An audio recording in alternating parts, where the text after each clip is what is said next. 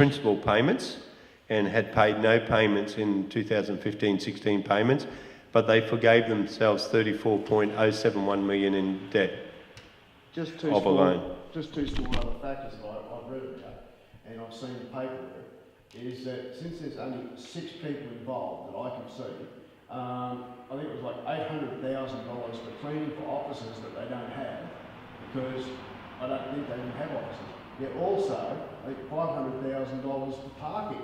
Now, how can they justify this?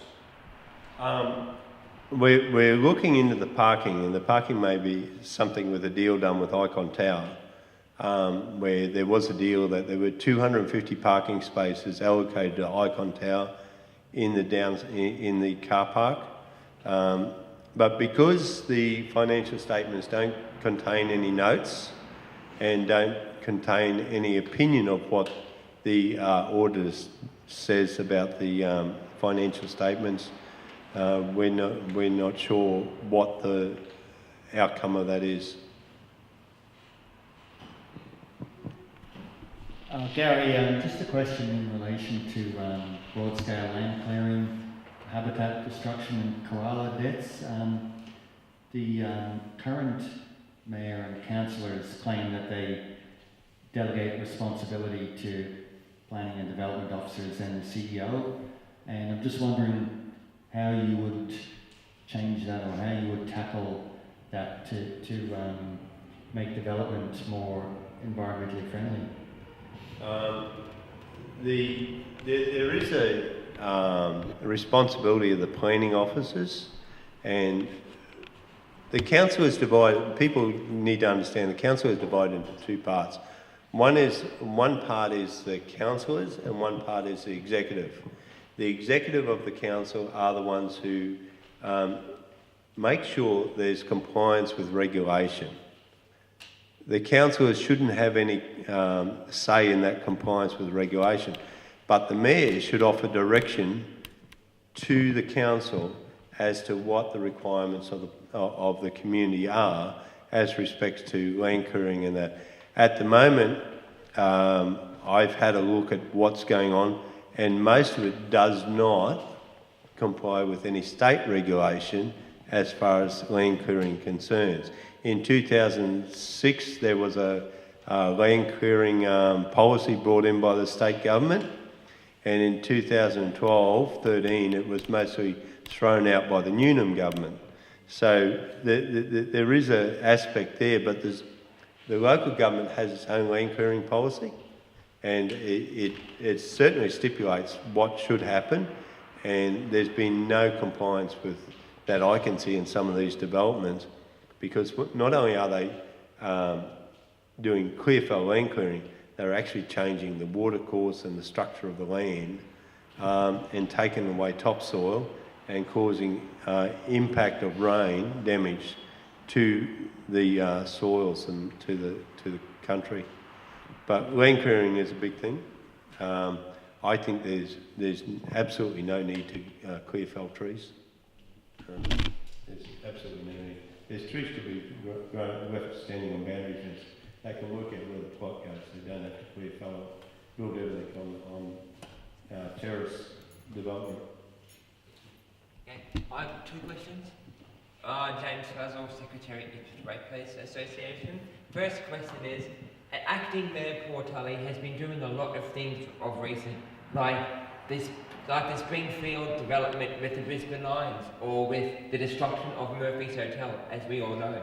What are you going to do?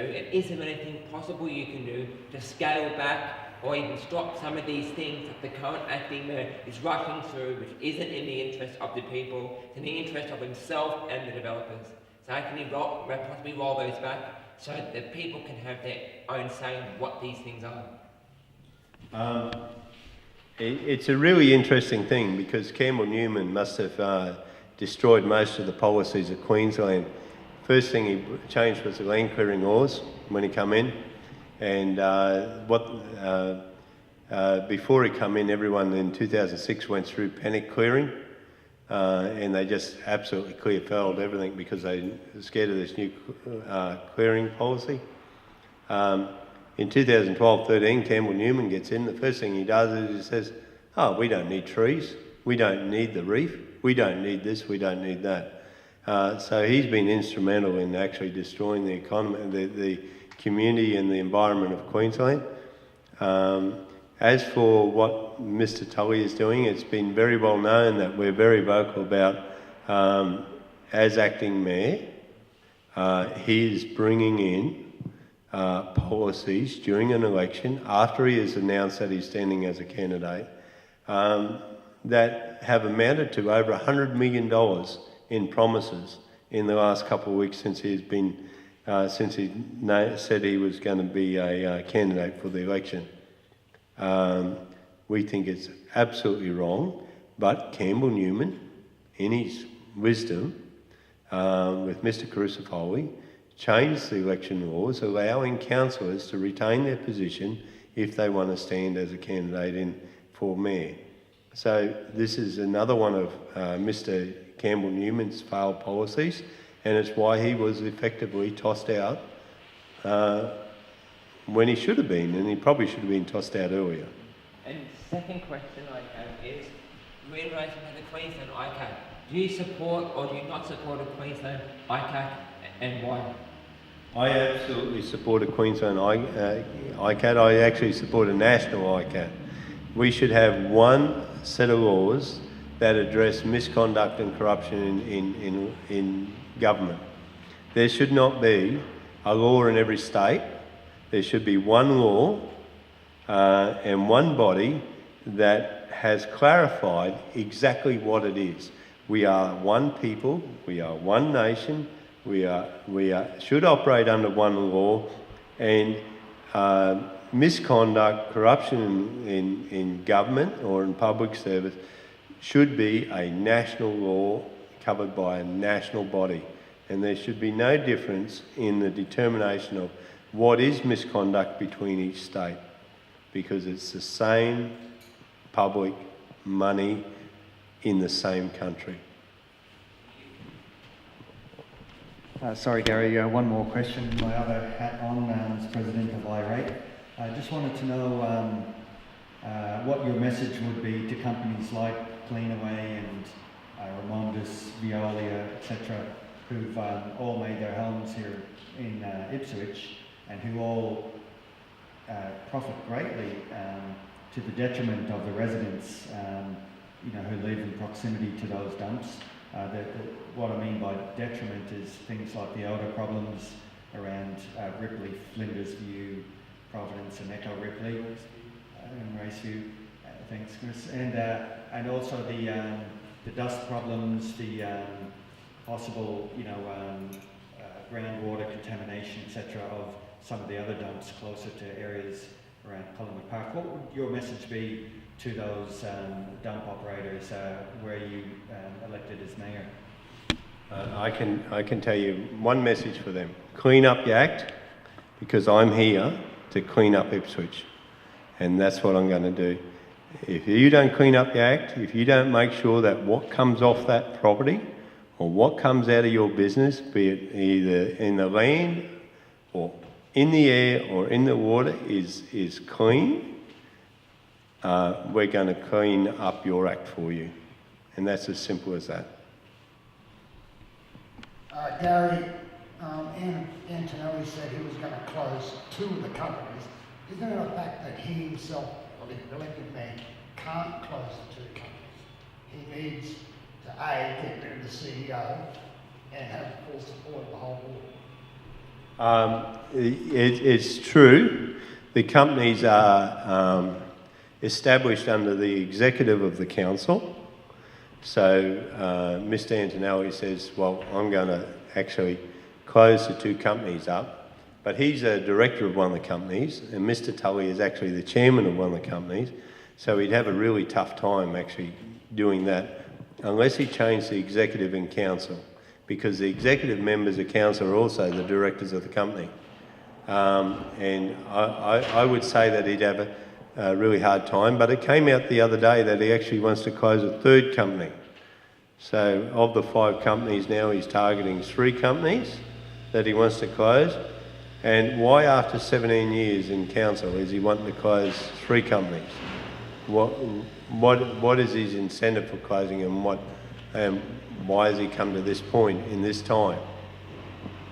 And if elected, what would you be doing to try to recoup the Unedited debt? It's very simple. Corporation law says that the directors of the company are responsible for debt. And that's all I say on that. Gary, what would you like? There's a lot of people, I know one businessman that have actually moved their whole operation out of Ipswich to Logan because of the high cost of even trying to run a bill, for rates and everything else, and also the lack of tenders. They've actually moved their whole operation to Logan. But what about the little businesses, like the little person that's got an idea and he wants to have a go, which would help also employment. Have you got any plans for that person? I did a diploma in small business management, and when I did my diploma, it was under the direction of a manager from Kodak. And Kodak was setting up all these small businesses in that period of time, and all these self-processing companies. And they told us the value of small business operating under a big business and what it brings to the community. Every time they open up one of their photo processing shops, and how it engaged the community. I ended up starting my own first small business when I was 21. In 2008, our company won Queensland Small Business of the Year, the Premier's Award, and that was based on inventions I brought to the market. So I know the value of bringing something to the market. Now, when we have a look at the high cost, and there's an extremely high cost of commercial property here, I think LV Reels just closed up.